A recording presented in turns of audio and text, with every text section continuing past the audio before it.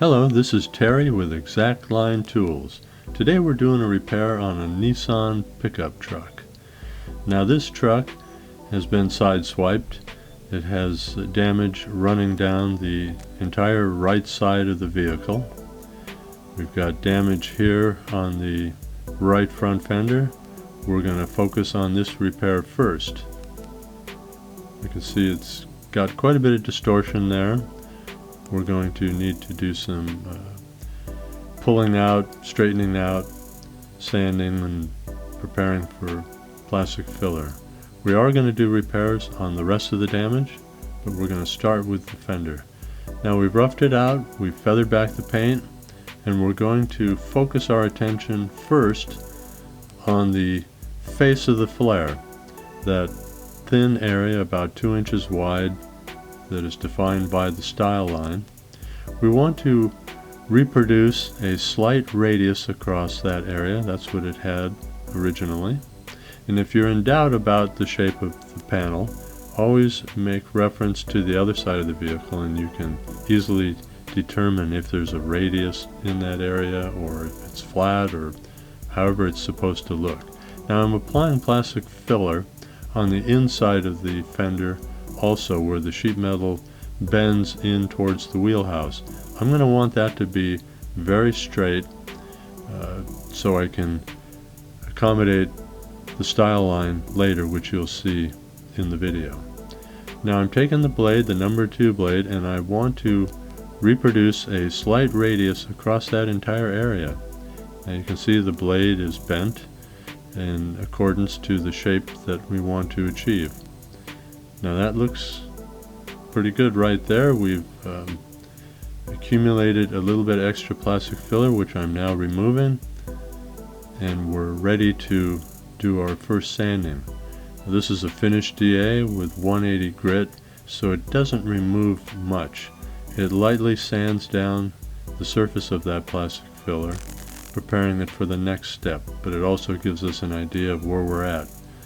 We can see that very little material comes off. It's pretty safe to use without removing too much of anything, either the paint or the plastic filler. Sanding it down a little bit more in this area, you can see that it looks pretty good. However, there are some areas that are not quite right. On the flare we have a style line, and on that style line we can see that it is a little low in this area right through here. Now we're going to apply plastic filler to the broader repair area, and we're going over the paint where we've feathered it into the metal there, and we're covering that entire area. We want to build all of that. We don't want there to be a gap between the plastic filler and the paint with just sheet metal, because that is a low spot that needs to be filled. Paint has a different level of thickness depending on the make of the car. Now I'm going to take my number 2 blade and I'm going to press down just outside the area that we repaired, right in the area that we feathered the paint back. We want to fill all that area. You can see we're getting a beautiful radius drawn into that area with the blade. Now I'm going to take the extra filler and I want to do a little bit more build on the face of the flare. So I'm applying it directly there and smoothing it out a little bit. I'm going to take the number 2 blade, and this time, instead of running it from the area of the wheel up into the flare, I'm going to take the blade and draw the material down to the wheel in that direction on a downward sweep. And you'll see in just a moment what I'm talking about. I'm putting a little plastic filler once again on the inside of that flare. We want that to be perfect so we can run a scribe in that area and get the exact style line that the car had originally. Now I'm taking that number 2 blade, and as I said, instead of from the bottom side, I'm approaching the sweep from the top side, right up here. That's where the plastic filler is going to accumulate instead of in the wheelhouse area. And that's where I want it to. That's where it was a little low still. And we simply make a few sweeps across there till we get one we like, and that looks real good. Now once again, we're going to remove the obvious overfill, and we will run the squeegee down the inside also, just to smooth that out a little bit. Now we're ready to sand it down, that face of the flare, with 180 grit on a finished DA. Again, this is a very smooth, very fine sandpaper. Doesn't take a lot of material off all at once. We're not shaping this area. All we're doing is smoothing it down so we have a nice smooth surface. The blade has given it the beautiful shape, the subtle radius that spans that area. Now we're going to also sand down the broader repair area. We'll just get that started a little bit. You can see it sands across that radius really nicely, real easily. Go right up to the tape. We've got the tape there to protect the plastic filler from going down into the style lines that are in that area. We've smoothed that down a little bit. Now what we want to do is take the scribe, which I mentioned earlier. Now with the inside of that flare, where it bends into the wheelhouse, I'm resting the knuckle of my finger as a guide, and I've adjusted the pencil right to the style line. So we have a very accurate pencil line of that original style line based on the portion of the style line that is still intact at the top of the repair. I'm applying tape very accurately to that pencil line. That's my guide in establishing the style line. This is the first shaping that I'm doing on the face of the flare's style line. Now I'm knocking it down with 180 grit. Now one of the benefits, and only one, is using a fine sandpaper like this. It will not chew up the masking tape. If you held it down there for some time, it might wear it back a bit. So you don't want to do that, but in just lightly moving over that, you can easily control sanding up to that line, which we're doing right now. You can just smooth it back and see it moving closer and closer to the tape. And as I said, even when you get to the tape, it's not going to move it down or sand it away or chew it away very easily with 180 grit. Now we're sanding a bit more over the broader area, and we're just knocking that down a little bit. I can see a few imperfections in the plastic filler in that broader area. I'm going to want to do a tightly pressed, thinly skim coat just for those pinholes and minor imperfections. We'll do that later in the repair. Now we're removing the tape, and with a hard block and 180 grit, we're going to do just a quick sand on that area, starting at the top into the paint area and then moving our way down. We want to just knock it down a little bit just to get a feel of how straight it is, and work that area to make that happen. We're just sanding it just a little bit with this hard block, rocking it back and forth, adjusting it.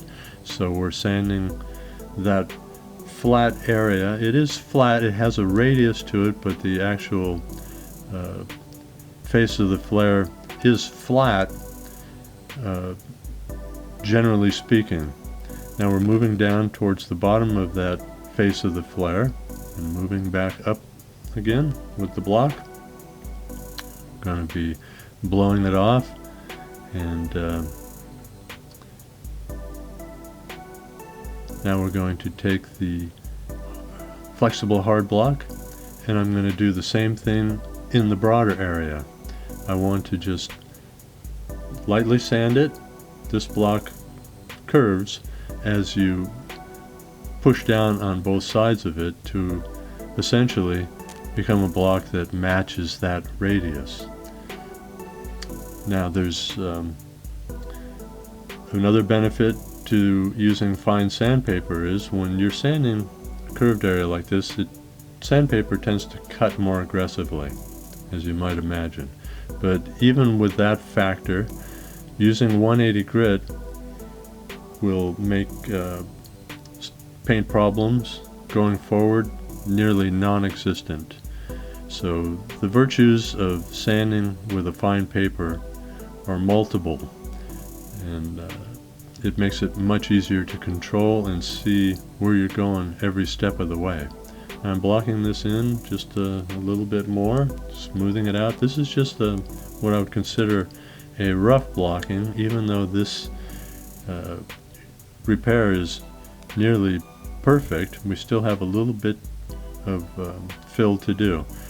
Now here we can see the use of masking tape is obvious. It kept all that plastic filler from falling into the style line I'm removing the tape from in that area, and it makes it really simple to finish off that part of the repair. Now again, I'm going to take the finish DA with 180 grit, and I'm just going to focus on that area just a little bit. I'm moving across that radius surface, and you can see it just falls right into place. It removes that little bit of buildup there in the plastic filler, and that's all we want to do at this point. Then we're going to come back with the flexible hard block and kind of just blend that into the overall area that we've worked right there, just to make it in compliance with the general shape. This doesn't take much time, just a quick sand, and we're looking pretty good. Now we can see that I've applied a very thin, tightly pressed skim coat for pinholes and minor imperfections on the face of the flare, which sands down right here very readily. There's hardly any plastic filler, just enough to accommodate filling those minor imperfections. The shape was beautiful, but it had a few little pits and imperfections in it, so we did that tightly pressed sweep. Actually, it wasn't a sweep, it was with a plastic spreader, and it's very easy to do. Now we're finishing the, or I should say we're doing the final block sanding and shaping of the face of the flare using a dry guide coat. With the hard block, we're doing the same sanding procedure as we did before, moving down that face of the flare, back up here into the paint, and just sanding it and blending it in. We can see that the hard block has cut through the paint up toward the top of the face of the flare. And another virtue of using fine sandpaper with a hard block is that even though you sand through the paint, by virtue of the fact that the block is hard, that is to say it doesn't flex or allow the sandpaper to be pressed down and undermine the area around the high spot. It's actually not a high spot, if you will. It's just sanded down and it hits the metal, but it stops the sanding from going any further. Now I'm going to use the flexible hard block to sand the bottom of this flare, because towards the bottom it tends to curve back toward the truck, toward the rocker panel, in a bit more of a radius than the area that I reworked. Now I can move this flexible block across the entire face of the flare. It's going to conform to the shape just fine, but it gives me a little more latitude at the bottom. That's why I'm using it instead of the hard block. Hard block's a little more tricky to try to get it to rock and to accommodate that slightly more aggressive curve at the bottom of the face of the flare. So we're working this and it looks pretty good. I'm going to take a soft block, a foam block, and just go in the direction of that flare with 220 grit. This just makes it really a nicely sanded surface which will accommodate my pencil scribe. Now this is the simplest scribe that you can come up with. It's simply a half of a paint stick, wooden paint stick, with a portion of a pencil taped firmly to the top of it. Running the knuckle of my finger on the inside of that flare gives me a very accurate line that matches the original style line of the fender. Now I'm going to very accurately tape along that pencil line and make sure that it runs the length of that pencil line and into the paint area, because the paint is part of the repair medium. There's several mils of workable material there that can translate into repair medium, if you will. Now I'm sanding the broader area with the finished DA with 180 grit. Again, this area that I applied some plastic filler to was a very thin, tightly pressed skim coat for pinholes and minor imperfections. There's really not much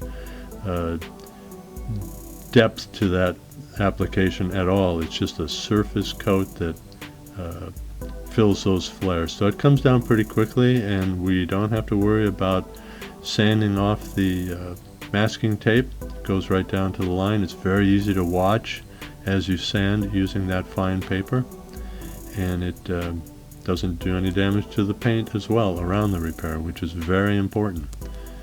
Now we'll clean it off a little bit with blow it off a little bit. Now we're going to apply our dry guide coat to the broader area of the repair.